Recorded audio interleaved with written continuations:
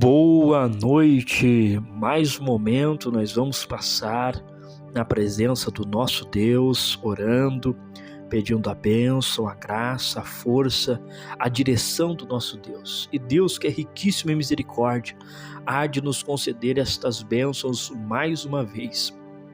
Eu me chamo Jeremias Lopes, estou aqui para orar por você e com você e juntos sermos edificados pela presença gloriosa do Senhor.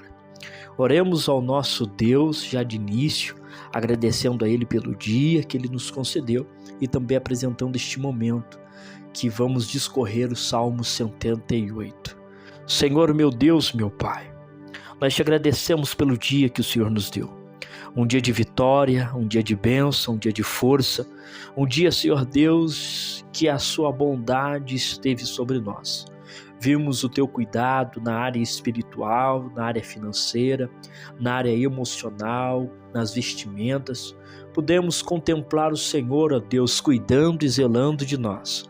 Neste momento, Senhor, rendemos a Ti louvores e gratidão, porque o Senhor é bom e a sua misericórdia se estende todo dia, de geração em geração, ela é duradoura.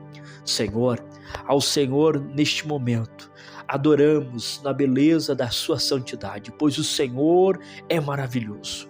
Grande é o teu operar na terra. O Senhor faz grandes coisas. A natureza, Senhor, é regida pelo Senhor. Os mares, os pássaros, tudo, Senhor Deus, está no teu controle. Ao Senhor seja a honra, a glória para sempre. Amém.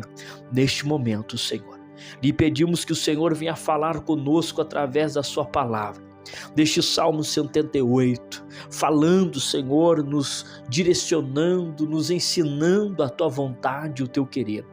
Deus, que o Senhor possa iluminar a nossa visão e que possa ser ampliada o nosso conceito das Escrituras e possamos, Senhor Deus, sairmos daqui mais entendidos do que o Senhor deseja de nós.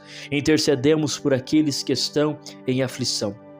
Senhor, intercedemos porque cremos no poder da oração.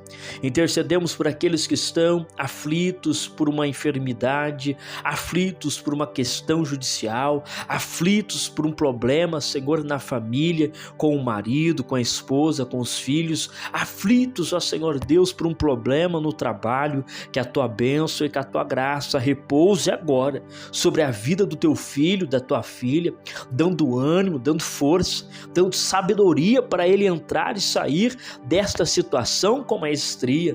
Deus é o Senhor quem dá sabedoria, então lhe pedimos, Pai, dê sabedoria ao teu filho, à tua filha, para resolver essa situação, para, Senhor, solucionar esta questão tão difícil e que atormenta o coração da tua filha. Pai, em nome de Jesus, neste momento, Senhor, clamamos por todos aqueles que vão trabalhar no período noturno, que a tua graça e que a tua bênção repouse sobre eles, sobre os médicos, sobre, Senhor, os policiais, sobre os vigilantes, que o Senhor possa protegê-los, guardá-los de todo o mal e que o Senhor neste momento fale conosco mais uma vez, em nome de Jesus.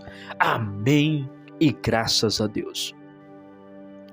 Salmo de número 78, ele é um salmo grande, com bastante versos, mas nós vamos aqui então fazer aquele resumo prático, lendo apenas as partes chaves para nós entender o contexto e depois aplicarmos os ensinamentos do Senhor nas nossas vidas.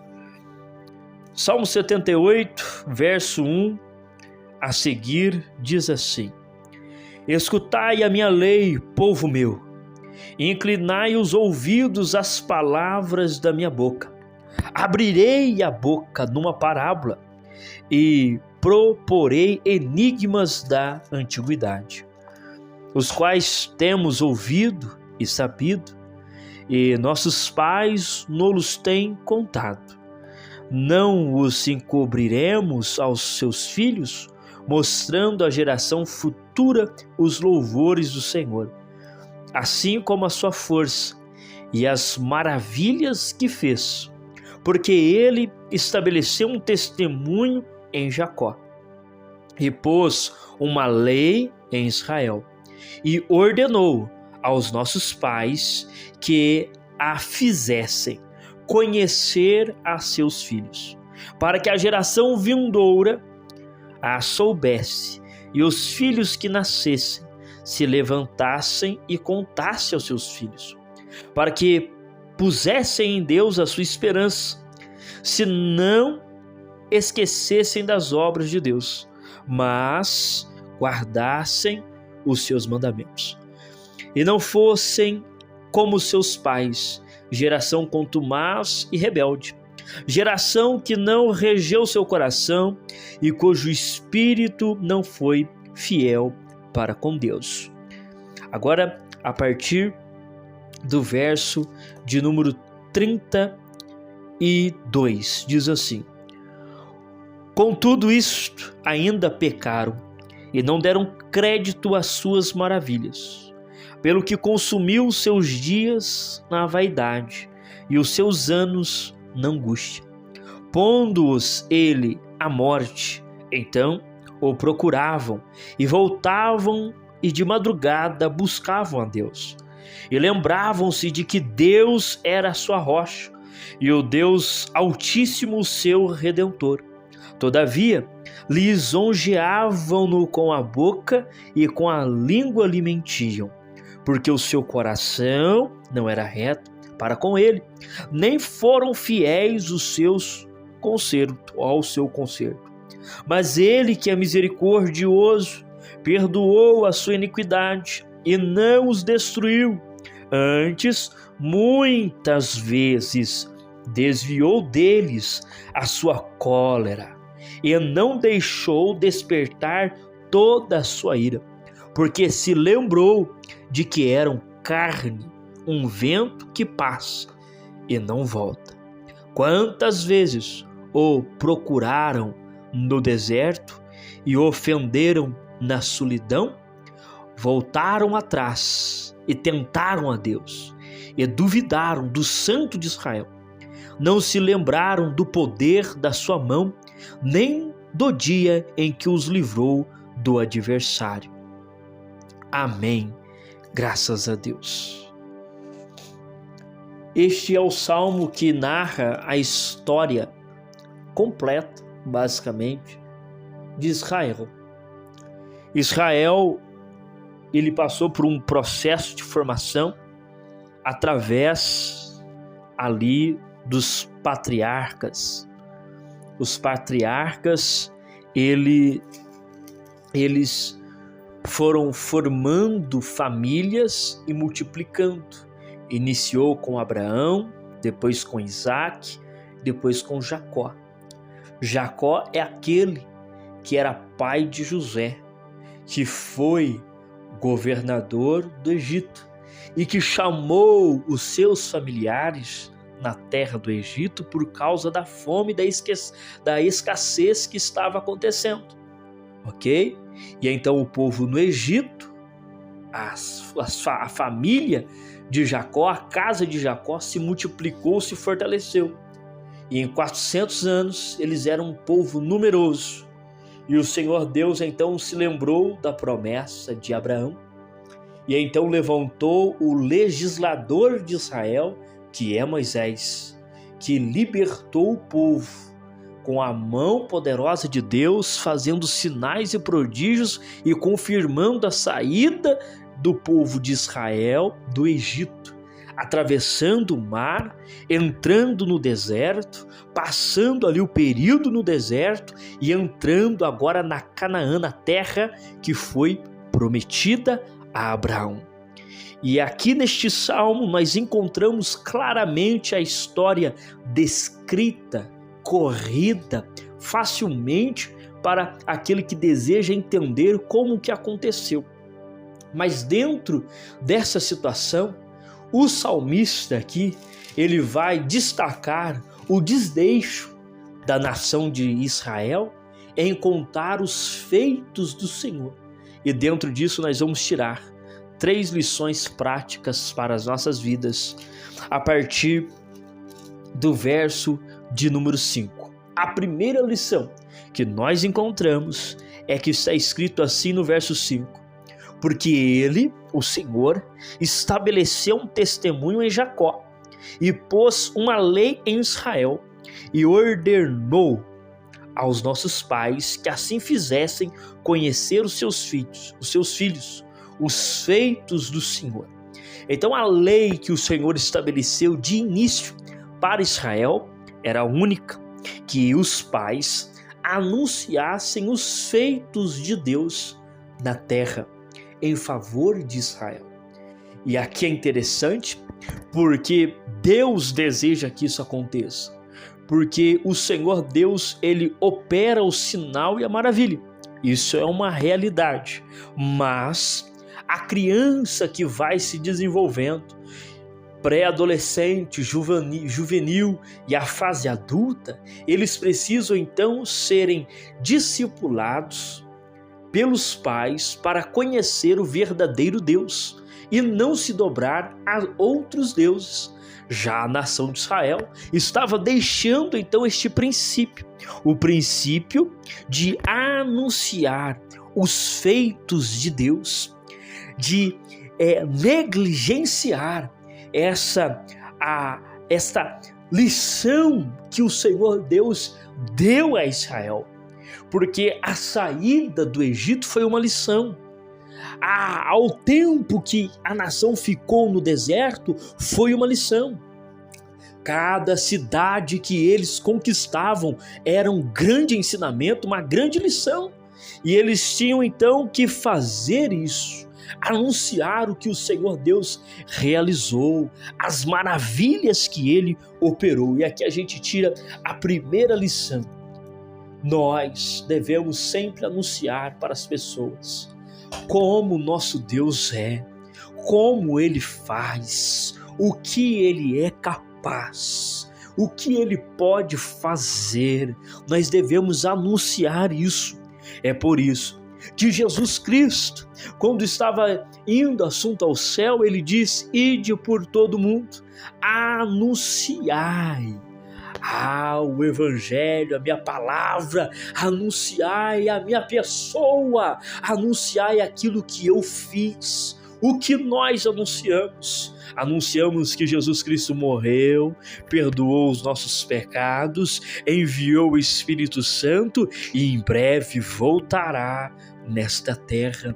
Então devemos manter esse princípio ativo, dizendo para as pessoas o que o nosso Deus fez, não somente na nossa vida, mas o que o nosso Deus fez para a humanidade. O Senhor Deus amou a humanidade, o Senhor Deus usou de misericórdia com a humanidade. Nós devemos anunciar esta obra maravilhosa que o Senhor Deus tem feito para as demais gerações, que vão crescendo e que vão vivendo e que vão se multiplicando na face da terra. Aqui o salmista, ele está dando uma chamada de atenção a Israel, dizendo: Israel deixou de contar os seus feitos, foi negligente, e nós não podemos deixar de anunciar o que o Senhor Deus fez pela humanidade e o que o Senhor Deus é capaz de fazer através da vida de um servo de Deus. Nós devemos anunciar. A segunda lição que nós encontramos neste salmo, e é um salmo realmente maravilhoso, é a motivação. Por que contar? Por que é necessário anunciar o que Deus fez? Sabe por quê? Verso 7 diz: para que pusessem em Deus a sua esperança e não se esquecessem das obras de Deus, mas guardassem o seu mandamento.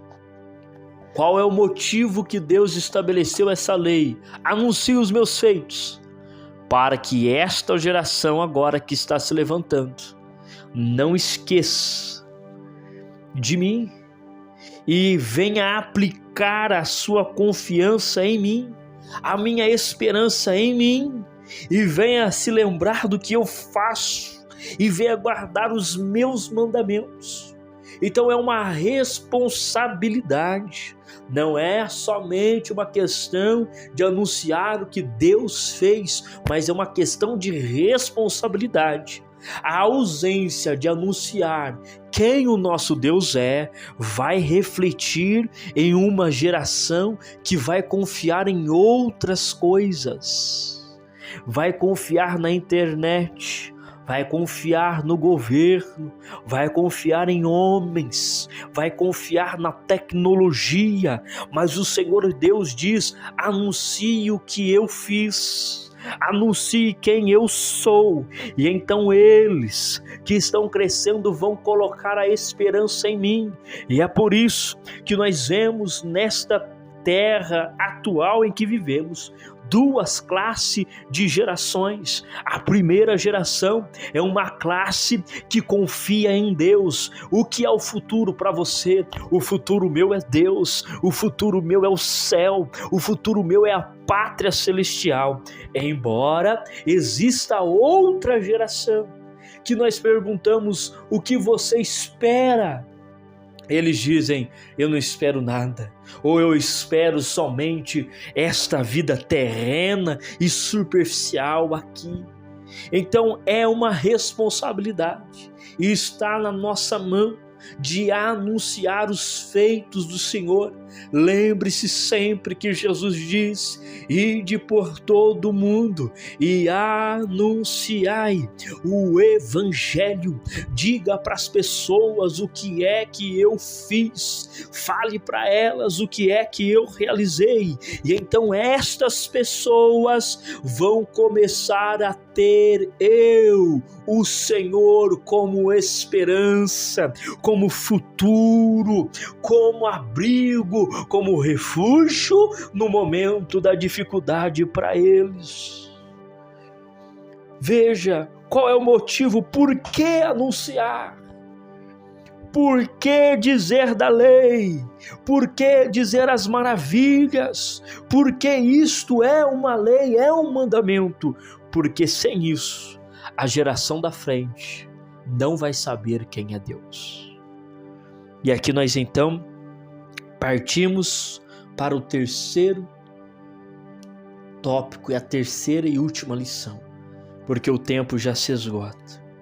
Diz o texto sagrado, no versículo 32, o verso 32 diz: com tudo isto, ainda pecaram e não deram créditos às tuas maravilhas. A responsabilidade estava com Israel. Israel não passou os ensinamentos às demais gerações que se levantavam.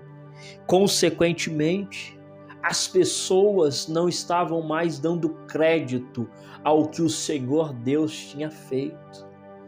As pessoas israelitas já não estavam dizendo que era verídico o fato de que o mar foi aberto, de que Jericó foi afundada no chão, de que eles viveram momentos que comeram comida celestial, que eles beberam de água em pleno deserto, que eles comeram carne, que eles foram alimentados, que uma nuvem os cobriu, que uma sombra esteve sobre eles durante o dia e uma coluna de fogo os acompanhou de noite, que eles foram livres das feras, das pestes, e que eles tiveram a capacidade de destruir inúmeros soldados capacitados, e eles foram vencedores. Eles não estavam dando mais crédito, porque a negligência da geração passada fez isto com eles.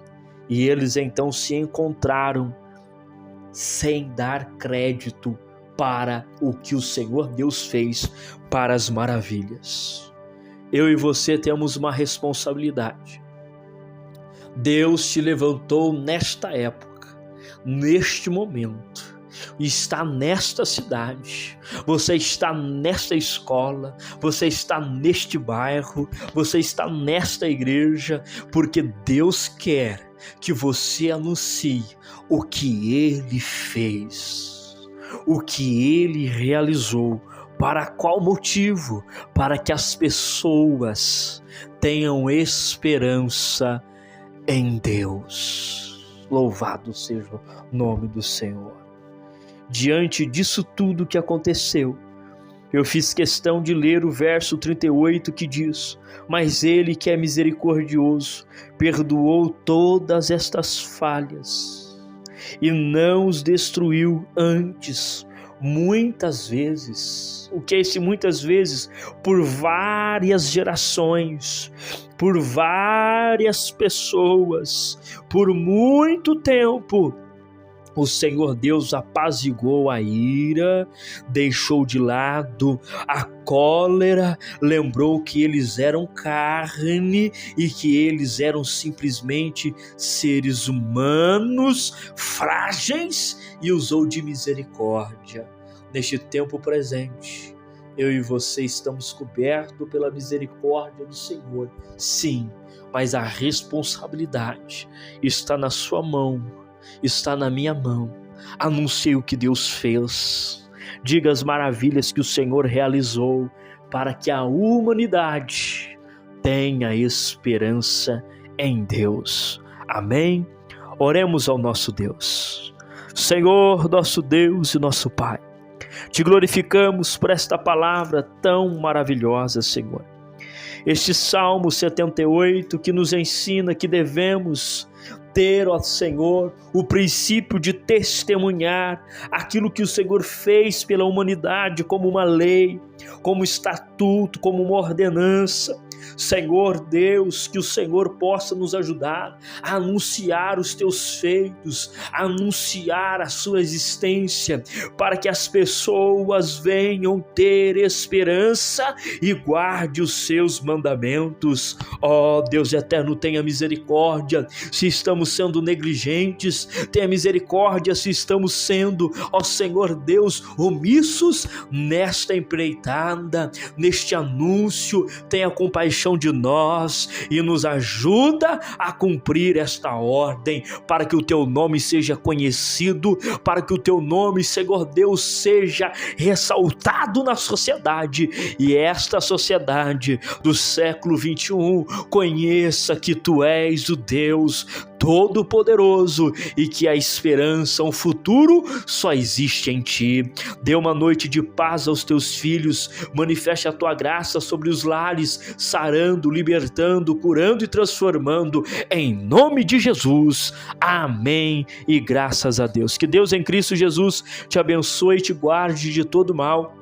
Amanhã pela manhã estaremos juntos aprendendo mais sobre a vida do profeta Eliseu, parte 4 agora, e Deus tem uma palavra específica amanhã pela manhã para a sua vida. Até o próximo vídeo, querendo Deus.